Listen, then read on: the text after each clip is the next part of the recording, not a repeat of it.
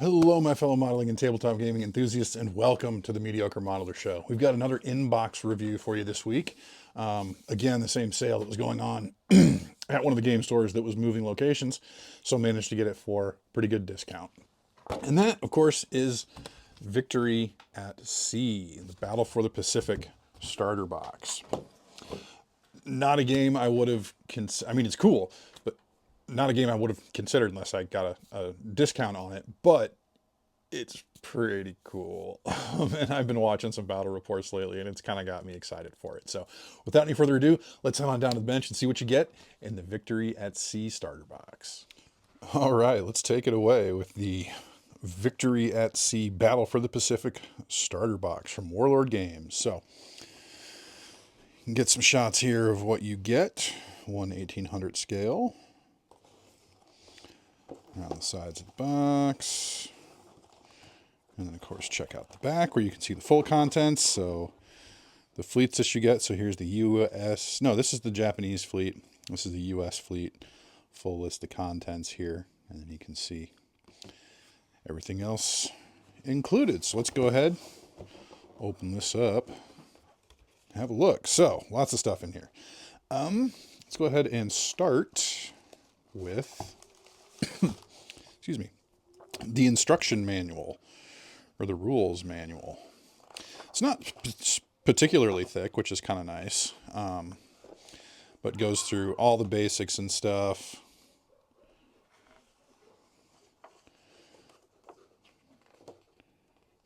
Ship classes. So then you get into your actual game turns, your movement phase, your gunnery phase. Always the best phase in any game, as far as I'm concerned. Kind of how your hits and stuff work, orders, stuff like that. All your special rules, how to use aircraft, which is kind of neat. That's included. And then your other cool stuff.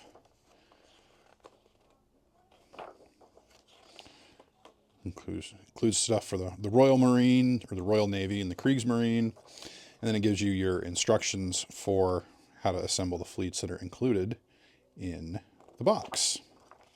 And then kind of a quick reference guide on the back. Always pretty cool. All right, so here we go. We got dice, of course. So we got our D6s and then the D10s for critical hits. Packed by Vass. Thank you very much, Vass. Appreciate all the stuff you good folks at Warlord Games do when you're packing this stuff. And Ronnie. Of course, thank you, Ronnie. I always like it. I mean, I like what Black Site Studios does with that stuff too. I know I've told you guys that plenty of times, but yeah. So here's the little clips for counting damage, little insert, and then of course you got all your cards, which are double-sided. So here's, for instance, a Portland class cruiser. You got your hull points,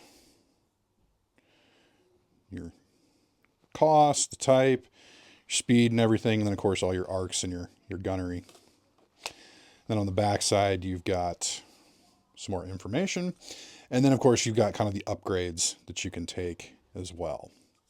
So here's a Mogami class heavy cruiser for the Japanese. You can see 140 points for a Portland class cruiser, 280 points for a Mogami class, twice the amount. You can see it's got quite a fair bit of gunnery there.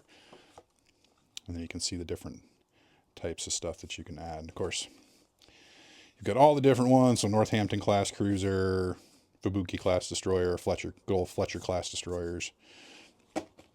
All of that is included in there. And then of course we've got all of our ships. We'll take a closer look at these here in a little while. But we've got our Fubuki and Fletcher class destroyers there. We've got our Japanese cruisers here. And we've got our American cruisers. And then Morella also packed some stuff for us. Thank you very much. And we've got our, I believe there's actually 2 play sheets in here. They are quite large. I'm not going to unfurl them just yet. I've got one similar for Black Seas as well. And then of course we've got all of our counters. We've got our turn indicators, sort of the damage stuff, the critical hits, you know, all kinds of stuff, some smoke markers and everything. And I believe that is everything we got in there. And of course that is double-sided. So that is all the stuff that we get in the Victory at Sea Battle for the Pacific Starter Box. So let's go ahead and take a look at what we get. Let's go ahead and take a look at the ships themselves. All right, so let's start with our Fubuki and Fletcher class destroyers. Now I did take one of the Fletchers out to assemble it because why not? I had to.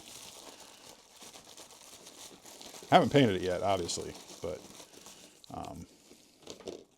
had to take a look at it. So, all right. So these are cast out of resin, solid cast, which kind of nice to just drill and put magnets in there for transport. So here is one of our Fletcher class destroyers. And then we also have the bridge and the second smokestack that's included on there. Get you kind of a close-up look. Of course, the molded detail for the ocean as well. Of course, it says Fletcher class destroyer on the side, so it helps you easily identify what it is that you're working with there. We do have a second set of those because you do get 6 Fletcher class destroyers. There'll be 5 here because the other one is sitting over on the workbench. So Fletcher class. And then we've got our 3 Fubuki class destroyers.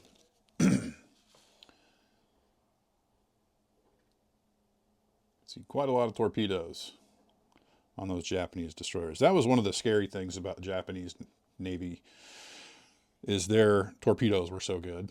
And even up to their cruisers were armed with a lot of torpedoes. And those things are pretty devastating because, as anyone that is a student of World War II naval history knows, that especially early in the war, the U.S. torpedoes were hot garbage with a very absolutely abysmal success rate. I mean, they would hit the target. Well, if they ever hit the target, they would fail to explode quite frequently. Eventually, they got that all sorted out, but the Japanese torpedoes, I know especially, I don't know if it was a ship torpedo or an aerial torpedo, but the long lance torpedoes were absolutely devastating. So we'll just set all of our destroyers aside. Next up, we will take a look at our Japanese cruisers. Packed by Alice. Thank you very much, Alice. I do believe we get 3 cruisers. Wow, those are, I had not gotten these out before. They are pretty big. Oh, it makes me wonder what a battleship is going to be like. I can't wait to find out. All right. So here we've got Furataka in her 1939 fit. A Furataka class cruiser. A little bit of cleanup along there. Shouldn't be too bad. Yeah, those things are pretty big. And it tells you, yeah, so here is Kumano. So here's the extra bits for Furataka. Looks like her main battery, as well as the bridge, and possibly an aircraft crane. I'm guessing at the stern, that's where they generally tended to be. So next up, man, these are big, is Kumano in her 1944 fit. That's going to be the bow. So a Mogami class cruiser. You can see an interesting design to the smokestacks there. I'm saying smokestacks, I don't know exhaust stacks, what the correct proper naval terminology is. As you can see, the models themselves are pretty well cast. The base is a little bit rough, but that's how it is. I almost wonder if they're doing a single piece mold with these. Not that it's that important. And this would be, so Kumano in her 1944 fit. So this is where we would get her main battery, I'm guessing. And then, again, looks like an aircraft crane. Looks like the bridge is molded onto that. I'm just trying to see here. Okay. You can see that one and that one have those little wings at the back. I'm assuming must have been the optical range finders, because you saw that on some of the Iowa class battleships as well, on probably other American battleships, probably a lot of other nations' battleships as well. I'm assuming that's what that probably is. And it kind of looks like you got that on Furitaka as well. Okay, so here is our second Mogami class cruiser, which is Mogami in her 1939 fit. Again, bow, stern. Man, I'm just kind of surprised how big these are compared to these tiny little destroyers. Let's compare apples to apples here. So we've got a heavy cruiser here, and we've got a destroyer here. You can see a little bit of a size difference there. That's okay. That's perfectly all right. But yeah, those look pretty cool. Now the hard part is going to be convincing myself to not paint these in 100% historically accurate color schemes, which I'm probably going to lose that battle with myself, as I tend to. All right, so then let's have a look at our U.S. ships. Again, we get 3 cruisers. Hey, Vass, good job. Thank you very much. Okay, so we get 2 Northampton class cruisers and a Portland class cruiser. And let's just take a look at the size difference here. I'm not sure. I don't know as much about American cruisers as I do, say, battleships. But, yeah, Portland might, I mean, I think these all might have been light cruisers. This is definitely a heavy cruiser. I'd have to do my research on if they were light cruisers or heavy cruisers. CA would have been a heavy cruiser. CL would have been a light cruiser. But I don't have that information in front of me. Not terribly important at this point. But here is our Portland class cruiser, which is the Indianapolis in her 1944 fit. See, they've even got the secondary battery modeled in there pretty well. So obviously 1, 2, 3 main battery turrets, which would have been either 8 or 6 inch. Again, I can't remember, and it's going to bother me until I look it up. So Indianapolis. And then here is the rest of Indianapolis with her triple turrets. And it looks like those do have the optical rangefinders modeled on there. This is just a little bit of flash up at the tip there. We've got the bridge. Another piece of the superstructure, and then her 2 aircraft catapults, which I'm guessing go here at the back. So then we get 2 Northampton class cruisers. So this one being Northampton in her 1942 fit. Yeah, and see what comes with Northampton. So again, you get her main battery, the bridge, looks like another piece of the superstructure, as well as her aircraft catapults, which actually would go here. They were mounted amidships. I'm so used to, so these might be light cruisers. They're definitely earlier. Because with the heavy cruisers, the Alaska class, which was Alaska and Guam, and then all the battleships, or at least the fast battleships. So the North Carolina class, South Dakota class, and the Iowa class had the catapults at the rear, or at the stern. Excuse me, use proper terminology. And then we've got our second Northampton class cruiser, which is the Chicago in her 1942 fit. And again, same thing there. Wow, I just noticed they actually have the life rafts molded on top of the turrets. Yep, on all 3. Was Northampton the same way? Oh, Northampton was different. Wow, that's kind of neat. I don't know if there's really any historical accuracy to that, but that's okay. We're not going to worry about that. So, yeah, so there we go. So there is a look at all of our ships included in the Victory at Sea starter box. Well, there we go, folks. That is the contents of the Victory at Sea Battle for the Pacific box. I think it's pretty cool. Man, I'm just getting into historical this last couple of years. Not playing it, but it's fun to be able to play them if I wanted to, which I do. It's just finding the time, as always. Yeah, it's a weird thing. I've never really been a ship modeler. And then 3 years ago, when I picked up the Black Seas starter box, I thought that was pretty freaking cool. I mean, rigging the ships sounds crazy, but it's fun. So I want to get more into that. Definitely get into this. I watched a couple of battle reports. EL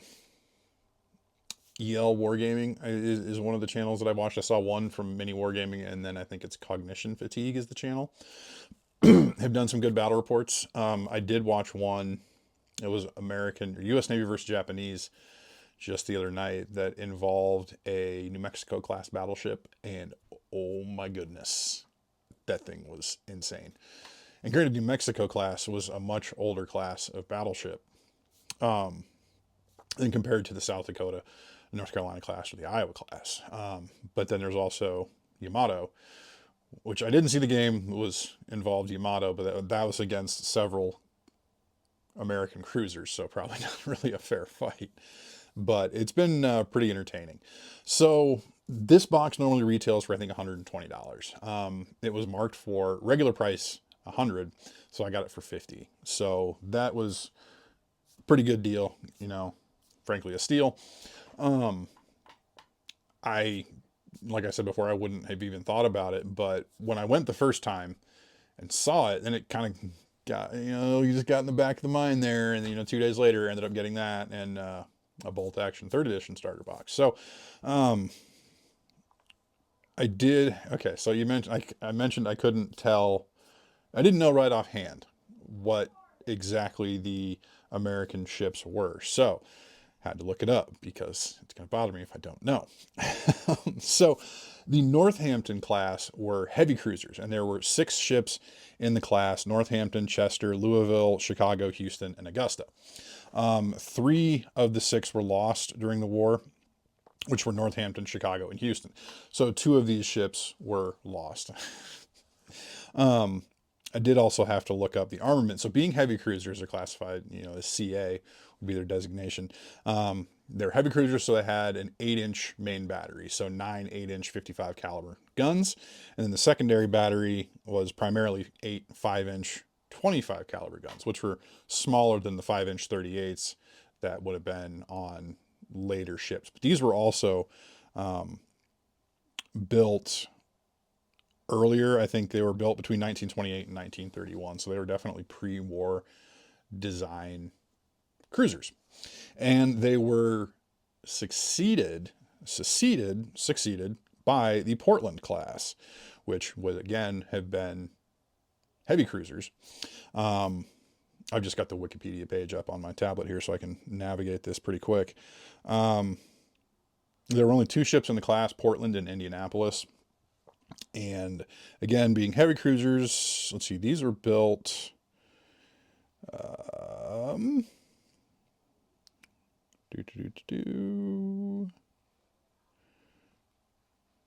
these probably would have been built in the late 20s, early 30s.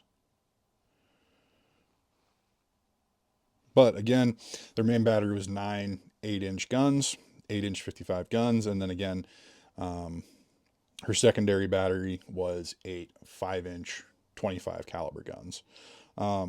Just to talk about that real quick. So when I say 8-inch 55, this is something that I didn't know for the longest time, but it's kind of cool. So 8-inch refers to the bore, the inside diameter of the barrel. So the caliber would be an 8-inch caliber. So you talk about a 45 caliber, you know, 45 ACP handgun cartridge it's 45 hundredths of an inch in diameter, the inside diameter of the bore, 9 millimeter diameter of the bore. So an 8-inch 55 means it is an 8-inch bore diameter times 50, and then the length of it is 55 calibers long, which would be 8 times, or is it 55 times the diameter? That doesn't seem right. It's something to do with that. Or it's the gun, the barrel itself. That's what it is. The barrel itself is 55 calibers long, which is 55 times the diameter of the round.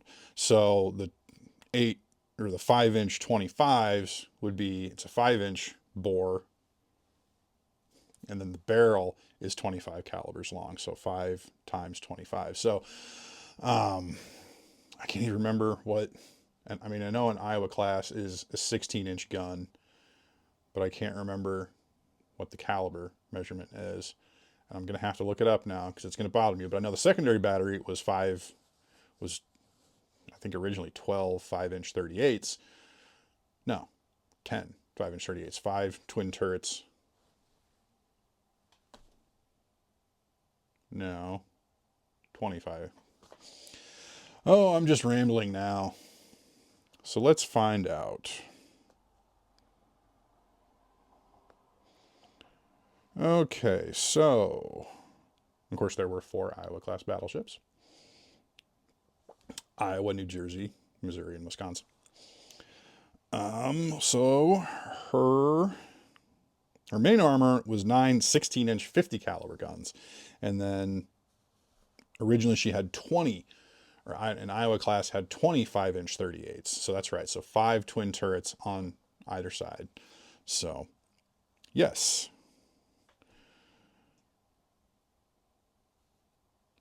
And that's okay. I'm just going to leave it at that. So a little naval history for you that you probably didn't really want. So yeah.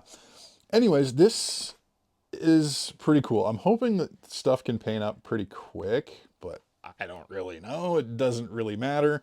It does take a fairly substantial sized play area, however, which I don't have at the moment. My little table here is only 3 feet square, but that's definitely going to be something to look into this year. I am kind of interested in picking up some additional models, especially when I get to Adepticon. Definitely see if they have a USS Iowa, because the Iowa class battleships are awesome. Really fun, bizarre fact, but the last class of battleship and heavy cruiser, traditional all-gun heavy cruiser in the United States Navy, were actually named after Iowa and its capital city, the Iowa class battleships and the Des Moines class heavy cruisers. Super exciting stuff. I know. I think it's pretty cool. Also, yeah, definitely want to pick up an Iowa class. And I want to pick up a USS Constitution for Black Seas as well. I think that'd be pretty neat. So yeah, definitely, if this not, I mean, I've known about this for a while because there's some guys in my model club that played it. But I just never saw myself getting into it. And, you know, if it hadn't been for a deal, I might not have. And now I'm down another rabbit hole. So, and I'm glad to be going down that rabbit hole. Nothing wrong with that. So, yeah. So if you're ever curious as to what came in the starter box, there you go. If you're interested in picking one up for yourself, definitely hit those links in the description below. Head on over to the Warlord Games website using that link, and any purchases you make can help out the channel. And even if you just want to go, just follow that link to browse the website as well. That helps me out as well. So we are just under a little over 2 weeks, about 2.5 weeks from Adepticon. So I am super excited for that. Get to see some old friends, and just get to hang out and then walk the vendor hall and all that good stuff. I think my wife and I are going to be taking a day trip up the coast of Lake Michigan a ways to the town of Manitowoc. And fitting for this, I want to go to the Wisconsin Maritime Museum that I've been to once before. Geez, it was almost 25 years ago, because they have a Gato class submarine, a U.S. fleet submarine, the USS Cobia, which I took a tour of when I was about 15 years old, and it was pretty awesome. I think I told you guys about this before, but I'm definitely looking forward to going back and checking that out. I know this fall Cobia is going to be going into dry dock for repairs and refurbishment. And I will put a link to the Wisconsin Maritime Museum website in the description as well, if you're interested in finding out more information about that, or also how you can help donate to the preservation of Cobia. So, yeah. Well, folks, I sure do hope you enjoyed the video. If you feel so inclined, please like, comment, and subscribe. You can also find the links to my social media, Facebook and Instagram, which I haven't posted much on lately. I'm finally just about wrapped up with commission stuff, so I can finish getting the last of my Solar Auxilia painted for Adepticon. But try to get some more stuff out there for you before too long. If you are going to be at Adepticon, I am planning on trying to get some interviews in with some folks. But if there's something in specific something specifically you would like me to cover, don't be afraid to leave me a comment down below. Let me know. And if you do happen to see me walking around, I'll try to be wearing my AFC Richmond hat. Definitely come up and say hi. It'd be great to hear from you guys. So, as always, thank you so much for watching. And until next time, may your paints be thin, your brushes be pointy, and your dice be hot.